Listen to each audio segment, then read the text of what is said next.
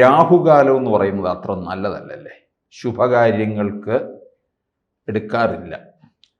തീർച്ചയായിട്ടും രാഹുകാലം വർദ്ധിച്ചുകൊണ്ടാണല്ല നമ്മുടെ സാറ്റലൈറ്റുകൾ വിക്ഷേപിക്കുന്നത് പോലും. പക്ഷെ ചിലത് അതെ, സാറ്റലൈറ്റ് വിക്ഷേപിക്കുന്നത് പോലും രാഹുകാലം ഒക്കെ നോക്കിയിട്ടാണ്. വെറുതെ ഇത്രയും മുടക്കിയത് ഇനി അതിൻ്റെ പേരിൽ ഇനി അതിനൊരു കുഴപ്പം വരണ്ടെന്ന് വിചാരിച്ചാൽ. പക്ഷേ ഇങ്ങനെ രാഹുകാലം നോക്കി വിട്ടത് ചിലപ്പോൾ കടലിൽ ചെന്ന് പതിച്ചിട്ടുണ്ട്. പക്ഷെ എത്ര അവിശ്വാസികളാണെങ്കിൽ പോലും രാഹുകാലം നോക്കാറുണ്ടെന്ന് കേട്ടിട്ടുള്ളത്. അതെ, എന്ന് പറഞ്ഞതുപോലെയാണ് രണ്ട് രാഹുക്കള് കോൺഗ്രസിനകത്ത് കിടന്നിങ്ങനെ കോൺഗ്രസിന് പൊതുവെ ഒരു രാഹുകാലം തീർക്കുകയാണോ എന്നൊരു സംശയം. രാഹുൽ ഗാന്ധിയും രാഹുൽ മാങ്കൂട്ടവും അല്ലേ? തീർച്ചയായിട്ടും വളരെ വളരെ ശരിയായിട്ടുള്ള ഒരു കാഴ്ചപ്പാടാണത്. നമ്മൾ ഈ സനാതന ധർമ്മത്തെക്കുറിച്ചാണ് ഉദയനിധി സ്റ്റാലിൻ പറഞ്ഞത് കുഷ്ഠരോഗമാണ്, എയ്ഡ്സ് ആണ്, ഇല്ലാത്ത പേര് കൊറോണയാണെന്നൊക്കെ പറഞ്ഞു. വാസ്തവത്തിൽ സനാതനധർമ്മമല്ല, രണ്ട് രാഹുലന്മാരാണ് കോൺഗ്രസ്സിന്, ഇന്ത്യക്കല്ല കോൺഗ്രസ്സിന് ഇതുപോലൊരു വൈറൽ ബാധയായിട്ട് വന്നിട്ടുള്ളത്. എയ്ഡ്സ് പോലെ, കൊറോണ പോലെ. അതുപോലെ തന്നെ എയ്ഡ്സ് എന്നുള്ള വാക്കാണ് ഏറ്റവും പ്രസക്തമായിട്ടുള്ളത് ഇവരുടെ കാര്യത്തിൽ. എയ്ഡ്സ് പോലെയും കൊറോണ പോലെയും കുഷ്ഠം പോലെയും വന്നു കൂടിയിരിക്കുന്നു, വന്നു ഭവിച്ചിരിക്കുന്നത്. ഇത് മൂന്നും സാംക്രമിക രോഗങ്ങളാണ്. ഒരർത്ഥത്തിൽ അല്ലെങ്കിൽ മറ്റൊരർത്ഥത്തിൽ പലതരത്തിലുള്ള സംക്രമണം ഉണ്ടാക്കുന്ന അസുഖങ്ങളാണ് ഇതെല്ലാം. ഈ രണ്ടുപേരെ ഇത് ബാധിച്ചിരിക്കുന്നത്. ഇപ്പോൾ ഏറ്റവും ഒടുവിലത്തെ എന്ന് തുടങ്ങാൻ രാഹുൽ മാങ്കൂട്ടത്തിലെ നിയമസഭയ്ക്ക് അകത്ത് കയറാൻ പോലും പറ്റാതെ ഒരു തരം രാഷ്ട്രീയ അജ്ഞാതവാസം പോലെ അതിവിടെ ഏറ്റവും സുപ്രധാനവും ഫലപ്രദവുമായിട്ട് ചർച്ചകൾ നടക്കേണ്ട ദിവസം അദ്ദേഹം ശബരിമലയ്ക്ക് പോയിരിക്കുക. വാസ്തവത്തിൽ കോൺഗ്രസിൻ്റെ ഒരു യൂത്ത് ബ്രിഗേഡും തീപ്പൊരി പ്രാസംഗികരും യുവ തുർക്കിയും ഒക്കെ ആയിട്ടുള്ള രാഹുൽ മാങ്കൂട്ടത്തിൽ അവിടെ ഉണ്ടാകേണ്ടതായിരുന്നു. അതില്ലാത്തതിൻ്റെ ഒരു ഫലം നല്ല ശരിക്കും അവിടെ അനുഭവപ്പെട്ടു. കാരണം പ്രതിപക്ഷ നേതാവായിട്ടുള്ള VD സതീശൻ പറയുന്നത് എന്താ, ഞാൻ ഗുലാഗ് ആർക്കിപ്പെലാഗോ വായിച്ചിട്ടുണ്ട്. അദ്ദേഹത്തിൻ്റെ ഈ വായനയുടെ ചരിത്രമല്ലല്ലോ അവിടെ നമ്മൾ ചർച്ച ചെയ്യുന്നത് ഉപക്ഷേപത്തിൽ. ഗുലാഗ് ആർക്കിപ്പെലാഗോ വായിച്ചിട്ടുണ്ട്. സ്റ്റാലിൻ ചെയ്ത കുറ്റകൃത്യങ്ങളുടെ ഇരകൾ അവിടെയാണ് കൊണ്ടിട്ടത് ആണല്ലോ, അതാണല്ലോ ഗുലാഗ് ആർക്കിപ്പെലാഗോ പറയുന്നത്. ഞാൻ ഗുലാഗ് വായിച്ചിട്ടുണ്ടെന്നാണ് അദ്ദേഹം പറയുന്നത്. ഗുലാഗ് വേറെ, ഗുലാഗ് ആർക്കിപ്പെലാഗോ വേറെ. അപ്പോൾ അതുപോലെ ഇവിടെ കേരളത്തിൽ പ്രവർത്തിക്കരുത്. അതിന് നല്ല മറുപടി മുഖ്യമന്ത്രി കൊടുത്ത് ചെകിട്ടത്തടിച്ചതുപോലെ. ഞാൻ സ്റ്റാലിൻ്റെ ഭാരതത്തിലല്ല ജീവിച്ചിട്ടുള്ളത്, ജവഹർലാൽ നെഹ്റുവിൻ്റെ ഭാരതത്തിലാണ്. അന്നാണല്ലോ EMSൻ്റെ കമ്മ്യൂണിസ്റ്റ് മന്ത്രിസഭയെ ജവഹർലാൽ നെഹ്റു പിരിച്ചുവിട്ടത്. ഇതേ ജവഹർലാൽ നെഹ്റു തന്നെയാണല്ലോ കമ്മ്യൂണിസ്റ്റ് പാർട്ടിയെ നിരോധിച്ചത്. ഒരു വർഗീയ പാർട്ടി ആയിരുന്നില്ല, അതിനെ നിരോധിച്ചതും അതിൻ്റെ ആൾക്കാരെ ക്രൂരമായ ലോക്കപ്പ് മർദ്ദനങ്ങൾക്ക് വിധേയരാക്കിയത്. ഈ കോൺഗ്രസിൻ്റെ തന്നെ ഇന്ദിരാഗാന്ധിയാണല്ലോ പിണറായി ഉൾപ്പെടെ ഉള്ളവരെ ജയിലിൽ കൊണ്ടുപോയിട്ടിട്ട് അടച്ച് വയനറ്റ് കൊണ്ട് കാലിൽ കുത്തി കീറി വസ്ത്രം മുഴുവൻ ചോരയാക്കിയത്. ആ വസ്ത്രവുമായിട്ടാണല്ലോ 1977 ഓഗസ്റ്റ് 30 അദ്ദേഹം നിയമസഭയിൽ വന്ന് നടത്തിയ പ്രസംഗം ഇപ്പോഴും അത് അദ്ദേഹം ആവർത്തിക്കുകയും ചെയ്തു, പലരും ആവർത്തിക്കുകയും ചെയ്തു. അങ്ങനെ ഒരു ചരിത്ര പ്രസംഗമായിട്ട് അതിനെ മാറ്റിയത്. അപ്പോൾ മറുപടി കണക്കിന് കൊണ്ടു, കൊള്ളേൻ്റെ അടുത്ത് തന്നെ കൊണ്ടു. അതിൽ മുഖ്യമന്ത്രി വിജയിച്ചു. ഡിബേറ്റിലൊക്കെ വിജയിക്കുന്നത് VD സതീശനായിരിക്കാം. പക്ഷേ ഇന്നലത്തെ നിയമസഭയിലെ പ്രകടനത്തിൽ മികച്ചു നിന്നു മുഖ്യമന്ത്രി. ഇവർ തന്നെയുമല്ല, ഇവിടെയൊക്കെ ഉണ്ടാകുന്നതാണ്. ഇവിടെ ഈ നിയമസഭയ്ക്കകത്ത് പ്രസംഗിക്കുമ്പോൾ നടുത്തളത്തിൽ പ്രസംഗിക്കും, നടുത്തളത്തിൽ നിന്നല്ല സഭാതലത്തിൽ പ്രസംഗിക്കുമ്പോൾ അതിനൊരു ഊക്കും ഉശിരുമൊക്കെ വേണം. കാരണം അതാണ് അതിൻ്റെ ഒരു യുണീക്ക് സെല്ലിംഗ് പോയിൻ്റ് എന്ന് പറയുന്നത്. അതുണ്ടായില്ല. വെറും ഇദ്ദേഹം ഞാനിങ്ങനെ വായിച്ചതിനെക്കുറിച്ച് വായിച്ചാൽ ഇദ്ദേഹം അറിവുള്ളതിനായിരിക്കാം, പുസ്തകം വായിച്ചതിനായിരിക്കാം. പക്ഷെ ഫലപ്രദമായിട്ട് പിൻ പോയിൻ്റ് ചെയ്ത് കാര്യങ്ങൾ പറയുന്നതിൽ പരാജയപ്പെട്ടു. തന്നെയല്ല ഒരു സുന്നിത്തിനെ, അവരുടെ ഒരു യൂത്ത് കോൺഗ്രസ് നേതാവിനെ മാത്രം വെച്ചാണ് അവർ പറയുന്നത്. അങ്ങനെയല്ലല്ലോ. ഉദയകുമാർ മുതൽ എത്ര പേരുണ്ട് ഇരകൾ, പേരൂക്കടയിലെ ബിന്ദു, ഇവരെയൊക്കെ ഇരകളാക്കി പറയേണ്ടതല്ലേ. ഇതൊക്കെ പറയാൻ അടുക്കും ചിട്ടയോടും കൂടി പറയുന്ന ഒരാളായിരുന്നു നമുക്ക് വേണ്ടത്. അതില്ലാതെ പോയി എന്ന് ഞാൻ മാത്രം പറയുന്നതല്ല.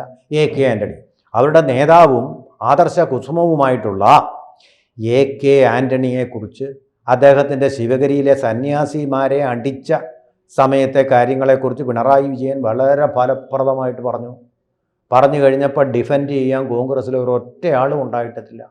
അനിൽ ആൻ്റണി BJPയിലേക്ക് പോയത് കൊണ്ടാണോ എന്ന് എനിക്കറിയില്ല, ഒരൊറ്റയാളും ഡിഫെൻഡ് ചെയ്യാനുണ്ടായില്ല. അതുകൊണ്ട് ആൻ്റണിക്ക് തന്നെ ഈ വയസ്സുകാലത്ത്, വയ്യാത്ത കാലത്ത് അദ്ദേഹത്തിന് തന്നെ പത്രസമ്മേളനം നിരത്തി. അതിൽ അദ്ദേഹം ഒരു കാര്യം കൂടി പറഞ്ഞു, നിങ്ങൾ നിയമസഭയ്ക്ക് അകത്തും ഫലപ്രദമല്ല, പുറത്തും ഫലപ്രദമല്ല. PJ കുര്യൻ പണ്ട് പറഞ്ഞ കാര്യം തന്നെ പറഞ്ഞു. അത് യൂത്ത് കോൺഗ്രസ് അല്ല, അത് വിജയനാഥെ യൂത്ത് കോൺഗ്രസ്സുകാരെ മാത്രം ഫോക്കസ് ചെയ്താണ് പറഞ്ഞത്. ഇതിപ്പോൾ കോൺഗ്രസ്സുകാരെ മുഴുവൻ, AK ആൻ്റണി അങ്ങനെയൊന്നും ശകാരിക്കാറില്ല, മുഴുവനും ശകാരിച്ചുകൊണ്ടാണ് സ്വന്തം ഭാഗം ഡിഫെൻഡ് ചെയ്തത്. അല്ല, നമ്മൾ ഈ രണ്ട് രാഹുലിലേക്ക് നോക്കിയാൽ ഒരു രാഹുല് ദേശീയ തലത്തിൽ പിന്നെ കോൺഗ്രസിനൊരു പിന്നെ പല കുഴപ്പങ്ങളും ഉണ്ടാക്കിയിരിക്കുന്നു. ഒരു രാഹുല് കേരളത്തില് അല്പം പ്രതീക്ഷയുള്ള ഇടമാണ് കോൺഗ്രസിന്. അത് രാഹുൽ മാങ്കൂട്ടത്തിലൂടെ ചിലപ്പോൾ കോൺഗ്രസിന് ഇവിടെ എന്തെങ്കിലും പ്രതിച്ഛായയ്ക്ക് മങ്ങലേറ്റിട്ടുണ്ടാകാം. ഇവിടെ നമ്മൾ മനസ്സിലാക്കേണ്ട ഒരു കാര്യം, divided between 2 worlds, one dead and the other powerless to be born. ഒന്നുകൂടെ പറയാം, മാത്യു ആർണോൾഡിൻ്റെ ഒരു ഈരടിയാണ്.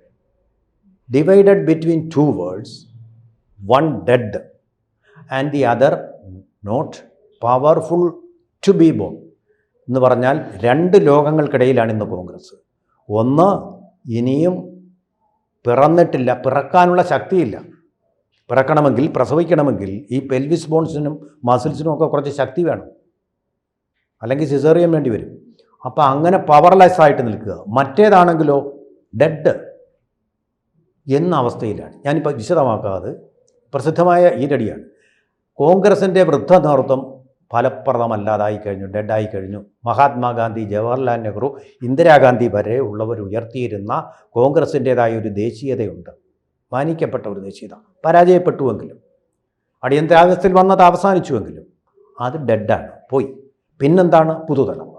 ആ പുതുതലമുറയിൽ രാഹുൽ ഗാന്ധി കുറച്ച് പ്രതീക്ഷ ഒക്കെ നൽകിയിരുന്നു, പക്ഷേ അകാലത്തിൽ പൊരിഞ്ഞുപോയി. പക്ഷേ സോണിയാഗാന്ധിക്ക് ആ പാരമ്പര്യം മുന്നോട്ട് കൊണ്ടുപോകാൻ പറ്റിയില്ല.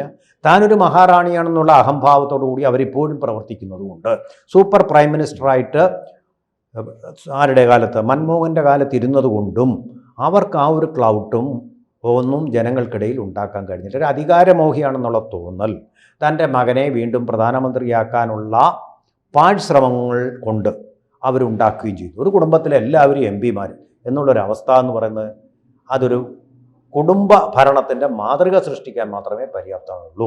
ആ തരത്തിൽ തന്നെ ആ കുടുംബത്തിലെ കോൺഗ്രസിൻ്റെ ഒരു തണലും വെളിച്ചവും എല്ലാം ആവേണ്ട ആളാണ് രാഹുൽ ഗാന്ധി.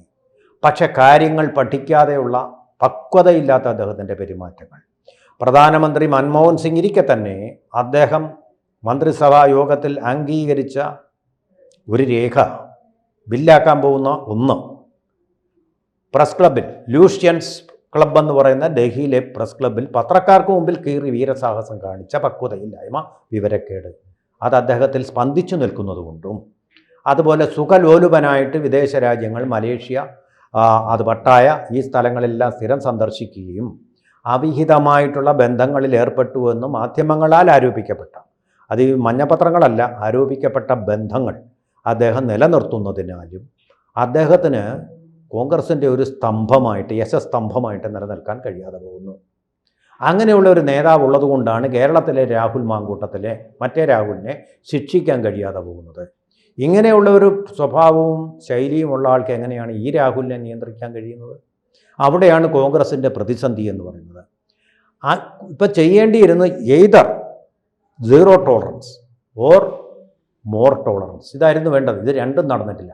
ഇപ്പോൾ 2 തരത്തിൽ ഇവർക്ക് ഇതിനെ നേരിടായിരുന്നു. ഒന്ന്, മുകേഷ് അവിടെ ഉണ്ട്, നിങ്ങൾ മുകേഷിനെ ആദ്യം പുറത്താക്കുക, എന്നിട്ട് ഞങ്ങളുടെ രാഹുലിനെ പുറത്താക്കാം, മാതൃക കാണിക്കുന്നുള്ള ഒരു ഡിഫൻസ് അതില്ല. അല്ല എന്നുണ്ടെങ്കിൽ എൽദോസിനെയും വിൻസെൻറ്റിനെയും ആരോപിതരും ആണല്ലോ, കുറ്റാരോപിതരാണല്ലോ കോൺഗ്രസിൻ്റെ പക്ഷത്തു നിന്നുള്ള, അവരെ പുറത്താക്കി. അതുകൊണ്ട് രാഹുലും മാറി നിൽക്കാമെന്ന് പറഞ്ഞ് രാഹുലിനോട് മാറി നിൽക്കാൻ പറഞ്ഞാൽ കേട്ടേന്. ഇത് എൽദോസിനെയും വിൻസെൻറ്റിനെയും അവിടെ എടുത്ത് രാഹുൽ മാറി നിൽക്കുമെന്ന് പറയുമ്പോൾ എന്തൊരു അൺജസ്റ്റിഫൈഡാണ്. ഇത്തരത്തിലുള്ള ഒന്നുകിൽ ശക്തമായൊരു തീരുമാനം, അതായത് പിണറായിക്കെതിരെ ഒരു ഉറച്ച നിലപാട്, അല്ലെങ്കിൽ കോൺഗ്രസിനെ രക്ഷിക്കാൻ വേണ്ടിയിട്ടുള്ള ഒരു രക്ഷാദൗത്യം, ഇത് രണ്ടും ഉണ്ടാകാതെ പോയതുകൊണ്ട് ഇപ്പോൾ എന്താ വന്നിരിക്കുന്ന കോൺഗ്രസിലെ യൂത്ത് ബ്രിഗേഡ് മുഴുവൻ ഒരു ഭാഗത്ത്, അവരായിരുന്നു ശക്തമായിട്ട് സംസാരിക്കേണ്ടിയിരുന്നത്. അതിൻ്റെ പാളിച്ചയാണ് ഡിസ്കഷനിൽ കണ്ടത്. മറുവശത്ത് PD സതീശൻ മാത്രം ഒറ്റപ്പെട്ട്. ഇതാണ് അവസ്ഥ. തൊട്ടടുത്തിരിക്കുന്ന രമേശ് ചെന്നിത്തല പോലും മൗനമായിട്ട് ഇങ്ങനെ കുനിഞ്ഞിരിക്കുക, ആവേശമൊന്നുമില്ല. PD സതീശനായിരുന്നു ആവേശത്തോടെ പ്രസംഗിച്ചത് മറുപടി പോയിന്റഡ് ആയിട്ട് കൊടുക്കേണ്ടത്, പോയിന്റ് ബ്ലാങ്ക് ആയിട്ട് കൊടുക്കേണ്ടത്. അദ്ദേഹം പറഞ്ഞാൽ ഞാൻ ഗുലാഗ് ആർച്ചിപ്പലോഗോ വായിച്ചിട്ടുള്ളത്. Who cares? ഇതാണിപ്പോൾ കോൺഗ്രസിൻ്റെ അവസ്ഥ. അപ്പോൾ ഈ രാഹുലും ആ രാഹുലും കൂടി കോൺഗ്രസ്സിന് ദശാസന്ധികാലം വരുത്തിയിരിക്കുകയാണ്. വിജയനാഥ് പറഞ്ഞതുപോലെ കറക്റ്റായിട്ട് ഒരു രാഹുകാലം സൃഷ്ടിച്ചിരിക്കുകയാണ്, ഒരു ഇനേർഷ്യ വന്നിരിക്കുകയാണ്. നമ്മുടെ ഹാംലെറ്റ് രാജകുമാരനുണ്ടായതുപോലെ ഒരു ഹമേർഷ്യ വന്നിരിക്കുകയാണ്. അതായത് ഇൻഡിസിഷൻ, തീരുമാനമെടുക്കാനുള്ള കഴിവില്ലായ്മ. അതുപോലെ തന്നെ പ്രോകാസ്റ്റിനേഷൻ, ഇത് രണ്ടുമാണ് ഹമേർഷ്യ ഇദ്ദേഹത്തിൻ്റെ വീക്ക്നെസ് എന്ന് പറയുന്നത്. പ്രോകാസ്റ്റിനേഷൻ എന്ന് പറഞ്ഞാൽ കാലവിളംബം, തീരുമാനമെടുക്കാനുള്ള കാലവിളംബം. ഇത് രണ്ടും ഡെൻമാർക്കിലെ ഹാംലെറ്റ് രാജകുമാരനെ പോലെ തന്നെ കോൺഗ്രസിനെ ഇപ്പോൾ വല്ലാതെ ഒരു നേതൃത്വ പ്രതിസന്ധിയിലേക്ക് കൊണ്ടുപോയിരിക്കുകയാണെന്നാണ് നമുക്ക് സാമാന്യമായിട്ട് ഈ കുറഞ്ഞ സമയത്തിനുള്ളിൽ ഉപസംഹരിക്കാൻ കഴിയും.